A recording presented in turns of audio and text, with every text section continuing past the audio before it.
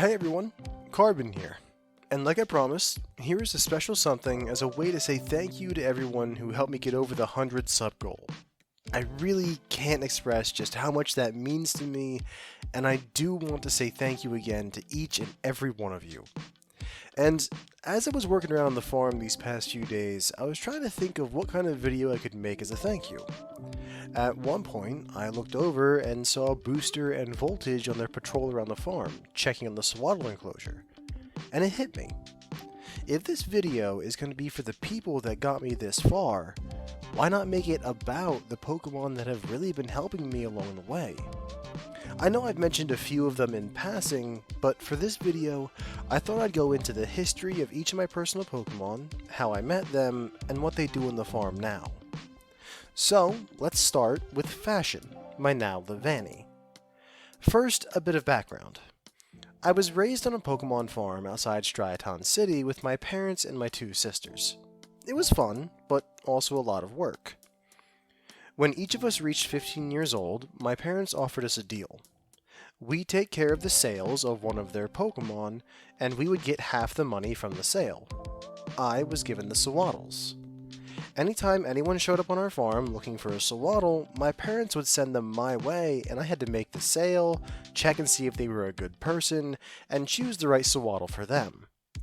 While we didn't sell the Sawaddle at a high cost, we did sell plenty of them. It's a very popular beginner Pokemon in the Unova region, so I often dealt with parents getting their kids their first Pokemon. Over the years, I built up quite a bit of money. I think I was 21 by the time I had built up enough money to get the land I had been keeping an eye on, which is the place I live now, between Eterna City and Eterna Forest. Now, it was just a matter of what Pokemon I wanted to start with, and I chose Sawaddle. After caring for them for years, I had gotten to the point where I could do it with my eyes closed, and they didn't have a native population of them in Sinnoh, so I figured it would be a big hit.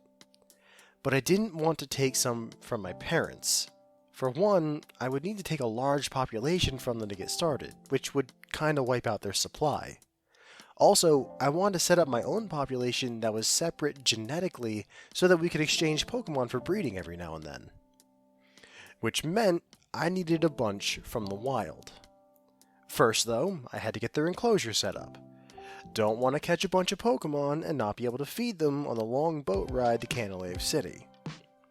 But as I made my way through Pinwheel Forest towards Castelia City for my boat ride, I came across a wild Sawaddle, and I got so excited thinking about the next step in my life, I just threw a Pokeball at it.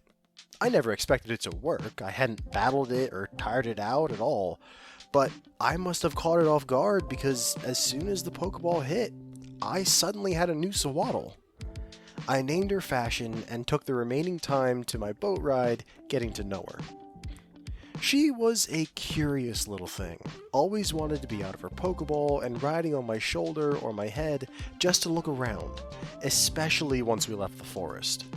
Seeing her stare out over Sky Arrow Bridge as we were crossing it was adorable. She was also very upbeat and not really scared of much except for birds. There was an adjustment period after we left the forest where anytime a shadow passed over us, she would duck into my jacket to hide.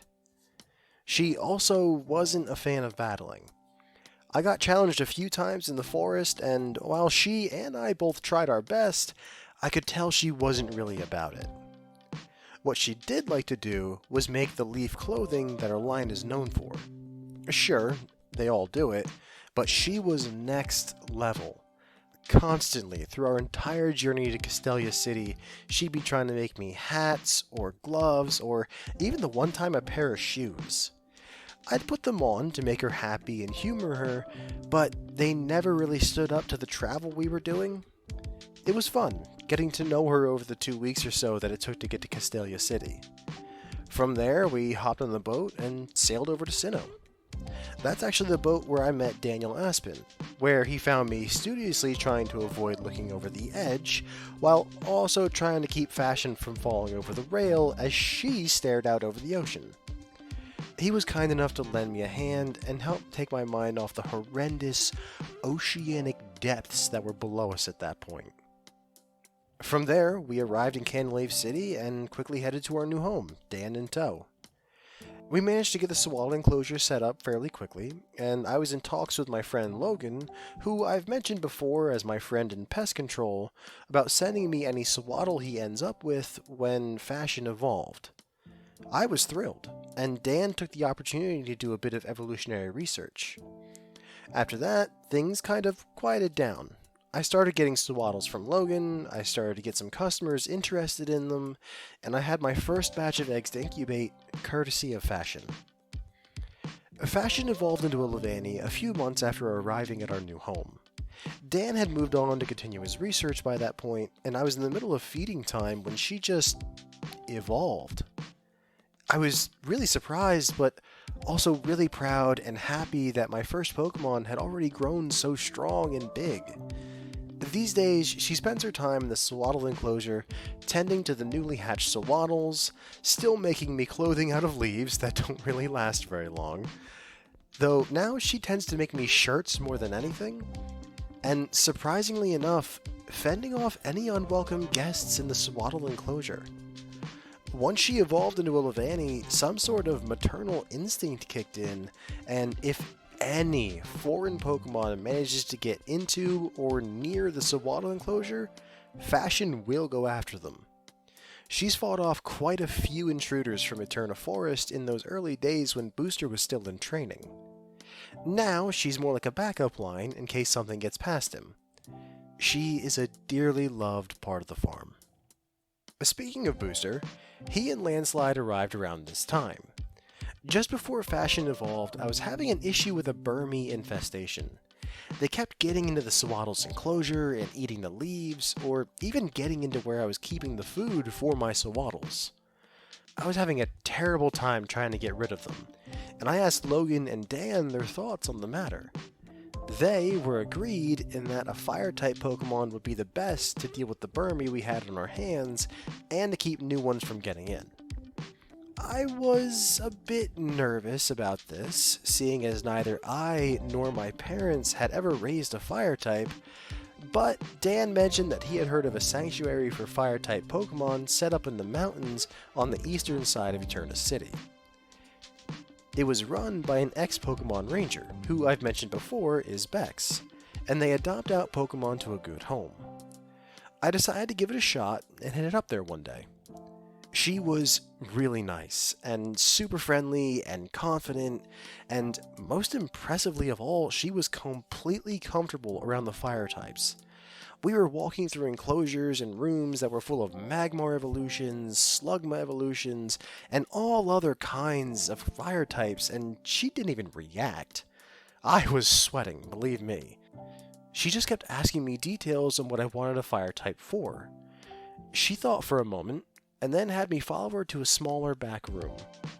Inside were a few workers that were working with a Houndour. It looked malnourished, and was acting very wary towards the workers who were trying to feed it. She explained that he was a new Pokemon that had been brought in after being mistreated by his previous owner. They were working with him to try and get him to a point of at least trusting someone again, and she thought that, with a lot of training and work, he could be the perfect farm dog for me. I'll admit, I was a bit skeptical. I'd always heard that the Houndour line was really vicious, and that they were a favorite Pokemon of criminals. But as I was standing there watching this poor Houndour, my heart went out to him, and I agreed. So, for the next few months, I would head up to the sanctuary every few days, and spend a few hours working with the Houndour, who I named Booster. Slowly, with Bex's help, Booster began to trust me and her. He would stop shying away at first, then approach when we had food, and eventually he began approaching even without cajoling. Finally, after a lot of work, I was able to bring Booster home with me. At that point, I kept working on building trust with him, while Bex would come by every few days for a couple hours to help him get trained to guard the farm. It took quite a bit of time, during which Bex used her own personal Arcanine to help me with the Burmy issue in the meantime. We became pretty good friends as we worked with Booster together. Finally, after months of work and an evolution, he was ready.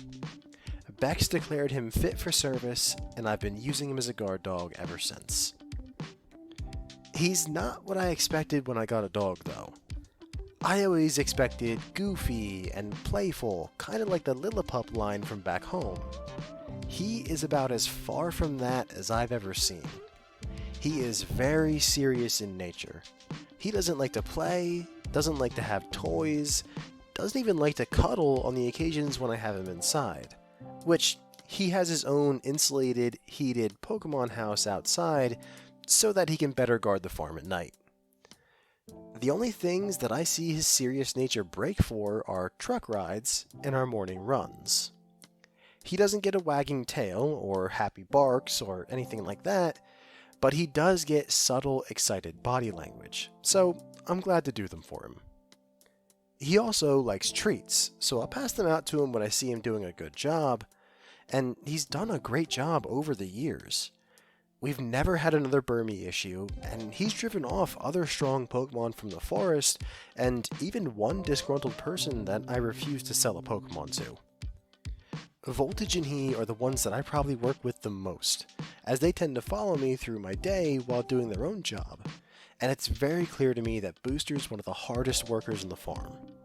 It's amazing how far he's come when I compare him to that Houndour I first saw at Bex's sanctuary. I'm proud and happy that he's found a place here. Back when I was just starting to get to know Booster, I was also looking into getting Landslide, my Mudsdale. You see, I was still getting new Sawaddles from Logan, and I had decided that I wanted to start my own berry field to help feed everyone. My parents had one, and I knew that it could help to greatly reduce the cost of food per month. My issue was that I didn't have any Pokemon that was situated to that hard, heavy kind of work. I needed a Pokemon that was sturdy, strong, and could help work the earth. Of course, I immediately thought of one of the horse Pokemon. Rapidash was my first idea, but after a bit of research and some advice from Bex, I decided instead to go with a Mudsdale. They're incredibly strong, and their earth typing would help with plowing and sowing the fields. Sure, they're not as fast or as elegant as a Rapidash, but they can work for days, which is what I needed. I reached out to a reputable breeder based out of Alola. Unfortunately, I wasn't able to go to Alola to meet Landslide before I got him, but the breeder had a sterling reputation and she promised that the big guy would be perfect for what I wanted him for. However, when he arrived, she hadn't counted on how excited he would be to be in a new home. She had described him as a happy, relaxed Pokemon, happy to go slow through life. But oh boy, when he arrived at the farm, he was excitable. He would run laps around his new enclosure, he would use his earth moves to shake up the ground, and he kept putting that hard clay spit everywhere. I even contacted the breeder saying that I think she sent me the wrong Pokemon. She was surprised as well, as he had acted like this as a Mudbray occasionally, but he had calmed down significantly when he had evolved. After a bit of back and forth, she convinced me that this was just a bit of new home excitement, and that if I gave him a bit of time, he would probably settle down. I hoped so, because between the Burmy issue that I was just now getting rid of, and working with Booster, I didn't need another Pokemon that needed constant supervision. He even startled Booster at one point. Booster and I were walking past his enclosure, just working on healing, when Landslide charged up to the fence. I think he was just trying to get a look at the new puppy, but a Pokemon that large suddenly charging up to this puppy that wasn't even used to people yet, well, I had to quickly put Booster back in his Pokeball to avoid him attacking. I even optimistically tried to hook Landslide up to a plow that first month, and instead of nice even furrows, I had what looked like a maze in a child's coloring book. But eventually, after he got used to being at the farm, and I bravely rode him into the city and back a few times, he started to settle down. Now, more often than not, he's very relaxed and calm, just happy to mosey around his paddock and munch on his hay. He does still get bursts of energy, especially when I'm using him to haul things like the plow or the berry sled, but it's much easier to control him now than it was back then. Booster never really was that big a fan of him, thanks to that early meeting, but they tolerate each other. Voltage likes him, and the few times that Fashion and he have met, they've been very friendly. Nowadays, Landslide is mostly how I travel if I only need to go to Eterna City, Floroma Town, or possibly even Jubilife City, but that's about as far as I'll go on him. Aside from that, I use him to pick berries from my berry fields, and in the beginning of the year, we do the hard work of replanting the fields. He's become a very central part to how this place works. And that's how things were for several months. We all settled into our routines, and my business was doing well. The only thing that was a thorn in my side was a wild staraptor that we've been having trouble with. Booster had been managing to fend it off from the Sawaddle enclosure, but it was always a hard fight, and I'd had to run to the Pokemon Center a few times already.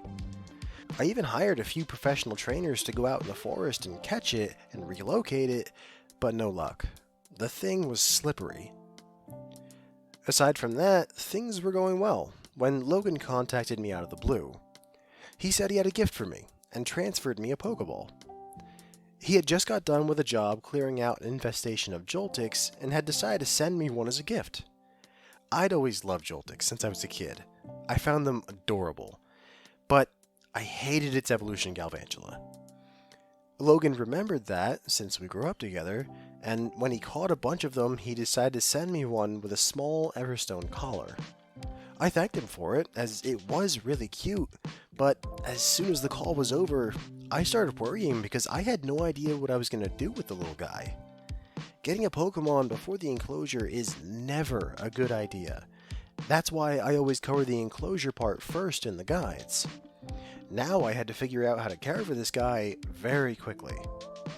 As a quick fix, I placed him up in a tree separate from, but nearby to, the Sawaddle enclosure. That way I could check on him when I did their feedings. A few days passed, and every day I would stop by in the mornings, give him a battery and some insect meat I'd picked up just for him. He was a friendly little bug, happily scurrying up to me when I approached with his food. In a lot of ways, he reminded me of Fashion when I first got her, very curious about what was going on around him.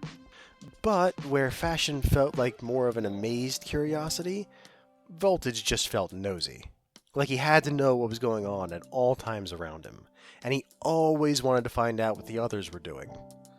There were a few times I found him in the Sawaddle enclosure and Landslide's paddock. Landslide didn't really care, and Fashion actually took a decent shine to the little guy. I think because he's so small, she sees him as another baby Sawaddle to take care of. Either way, when I found him there, I would pick him up and take him back to his web in his tree. Then, about a week after I had gotten him, I was in the Sawaddle enclosure when I heard a fight break out. Booster was fighting that same Staraptor, and they were really going at it. Booster took a good hit and had fallen under the tree that I had Voltage sitting in. I was getting ready to intervene with a branch I had grabbed when a bolt of electricity shocked the Staraptor. Turns out that when Booster had been knocked underneath him, Voltage had jumped onto Booster's back and was now using him as a platform to attack from. Booster got back up and they both started fighting together against the Staraptor. It was amazing to watch. They managed to weaken it enough that I hit it with a Pokeball and caught it. Afterward, I tried to pick Voltage back up and put him in his tree, but neither of them were having it. They would just shy away from me. I was kind of surprised, since Booster had been kind of a solo operator up until that point. But they were stubborn about it, so I shrugged and Voltage moved in with Booster. Nowadays, he helps Booster around the farm, riding around on him and helping guard everything. It's very rare to see either of them without the other, and he's really helped Booster keep the farm safe. It always warms my heart to see that small yellow body between Booster's horns. It was a year after this that I was visiting Sunny Shore City for something. I don't really remember what. I'd been driving along the beach when I noticed something out of the corner of my eye. A Spheal was lying on the beach. That in itself was rare, as these days, Spheal tended to stick to the northern island and the sea surrounding the island, so seeing one on the beach near the city was a rarity. I stopped and approached the little guy, hoping to get a cute picture of him. It was only when he didn't move as I got closer that I realized something was wrong. It turns out he had been wounded in a fight with some large predator, and it was pretty serious. With no other option, I pulled out a spare Pokeball, caught him real quick, and rushed him to the nearest Pokemon Center. They were able to stabilize him and get him patched up, but the nurse Joy there said that it would be a while before he could handle the turbulence of the ocean again, and would need someone to care for him. Which is how Blubber ended up coming home with me from my trip. I had to keep him in a small kiddie pool I picked up on the way home since I didn't have anything else. Sure, they can handle warm temperatures up to about 80 degrees Fahrenheit, but they did best in the cold, so I tried to make sure the water stayed as cold as possible. And I mean, I scraped the ice out of my chest freezers, I bought large bags of ice to put in the pool, and I did anything I could to keep it cold. It also didn't help that the poor dude just isn't that bright. Happy as could be and enthusiastic about anything, but not the sharpest tool in the shed. He would oftentimes tip his pool over just by trying to roll out of it, and on a few occasions got stuck upside down in the water and I had to roll him over. But he never lost that sense of happiness. You gotta love a happy dummy like that. And it helps that he's so adorable. A month and a half goes by, and the nurse Joy from Eterna City announced that he was cleared to be released. I asked Dan to watch over the farm for me as he was back in the area, and then I asked Bex to watch over Dan, just in case something happened, and headed back over to Sunny Shore City to let my new round friend back out in the wild. I'm not gonna lie, after taking care of this guy for 2 months, I had grown attached to him. But it was always the plan to release him back into the wild. So, with a heavy heart, I let him go on the same beach I found him on. And imagine how happy I was when he refused to leave, just kept rolling in circles around me. I tried to get him to go into the ocean, but he just looked up at me with those caring, vacant eyes, and I couldn't force him away. So, Blubber became a permanent part of the family. Which brought me 2 issues. I couldn't keep him in a kiddie pool anymore. And he was alone, which Spheels tended to live in groups. Luckily, by that point, I had been saving up a lot of my money in preparation of adding a new Pokemon to the breeding program. So I took all that money I'd saved and invested it in Blubber. I had a pool installed in the ground, along with some dry ground on the side, fake islands and icebergs for them to rest on in the water, and a cooling system to keep the water cold for them. Luckily, the temperatures around Sinnoh stay on the cooler side, just like Unova, so it doesn't have to run all that hard. And lastly, I got a bunch more Spheels. While I was getting the enclosure set up, I hired a professional trainer to go out and catch me 19 more Spheels. That way, Blubber had friends to hang out with. And so, I started breeding and selling Spheels. Blubber is still there, fully healed and always excited to see me. I always know it's him because he's the first to roll up and bonk into my legs. And even if he didn't have the scar from when I first met him, I'd be able to tell it was him just by the empty look in his eyes. That stands out even among the other Spheels. All of them haven't evolved, as I've lined their enclosure with Everstones. Having a bunch of Celios, or Arceus help me, even Walreins, would mean that I need a much bigger pool, and way more food for them. Plus, Spheels sell better. For now, I'm happy to keep things as they are. It was about 1.5 years after this when my Tynamo arrived, and it actually wasn't on my say-so. See, I had been talking with my parents for some time leading up to this about adding another Pokemon to the breeding system on my ranch, and was thinking about choosing another Unovan Pokemon, since Sawaddle was doing so well. Little did I know, they were pumping me for information for their secret plan. Fast forward a few months, and I was on vacation in Kalos, just enjoying some time away from home. I had asked my younger sister, who was in on my parents' plan, to watch the farm for me. While I was away, they hired contractors to come in and build the aquarium that would house the Tynamo, which was one of the Pokemon that I had been considering bringing in. It took nearly my entire vacation. As my parents tell it, they had been rushing to get the final touches on the tank and fill it with water and Pokemon as my plane was taking off to come home.